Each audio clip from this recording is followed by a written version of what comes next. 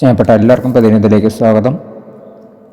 ഹൃദയാരാധനയോടുള്ള സ്നേഹത്തിൻ്റെ മധുരം അങ്ങനെ തന്നെ. സദസ്യവാക്യം 27 വാക്യം. സ്നേഹിതൻ വരുത്തുന്ന മുറിവുകൾ വിശ്വസ്തരുടെ ഫലം. ശലോമോൻ ജനത്തോട് പറയുന്നു, ശത്രുവിൻ്റെ ചുംബനങ്ങളോ കണക്കിലധികം. സദസ്യവാക്യം 27 വാക്യം. എൻ്റെ സുഹൃത്തുക്കൾ ഉൾക്കാഴ്ച ആ ഉപദേശത്തിലെ സത്യത്തെ വെളിവാക്കുന്നു. അത് കേൾക്കുന്നവർക്ക് അംഗീകരിക്കാൻ പ്രയാസമാണെങ്കിലും ഞാൻ കേൾക്കേണ്ടിയിരിക്കുന്ന കാര്യം പറയുവാൻ അദ്ദേഹം എന്നെ കരുതി എന്നത് ഞാൻ കൃതാർത്ഥനാണ്. ചിലപ്പോൾ നിങ്ങൾ കേൾക്കാൻ ആഗ്രഹിക്കുന്നെന്ന് കരുതുന്ന കാര്യങ്ങൾ മാത്രം ആരെങ്കിലും നിങ്ങളോട് പറയുമ്പോൾ അത് സഹായകരമല്ല. കാരണം അതിന് സുപ്രധാന വഴികൾ വളരുന്നതിൽ നിന്നും വികസിക്കുന്നതിൽ നിന്നും നിങ്ങളെ തടയും. ആത്മാർത്ഥവും എളിമയുള്ളതുമായ സ്നേഹത്തോടെ അളക്കുമ്പോൾ ആത്മാർത്ഥത ദയായിരിക്കും. അതിനെ പ്രാപിക്കാൻ പകർന്നു നൽകാനുള്ള ജ്ഞാനം ദൈവം നമുക്ക് നൽകട്ടെ. അങ്ങനെ അവിടുത്തെ ഹൃദയത്തെ നമുക്ക് പ്രതിഫലിപ്പിക്കാം.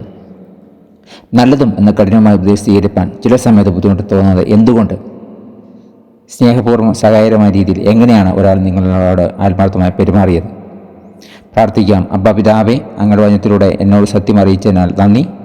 അങ്ങനെ നിറയിക്കപ്പെടേണ്ടതിന് അവിടുത്തെ ഉപദേശം സ്വീകരിപ്പാനും പകർന്നെടുപ്പാനും എന്നെ സഹായിക്കണമേ. ആമേൻ. Thank God. God bless you. പുതിയ ദിവസം പുതിയ അനുഭവങ്ങൾ ദൈവം നിറക്കട്ടെ. God bless you in Jesus name.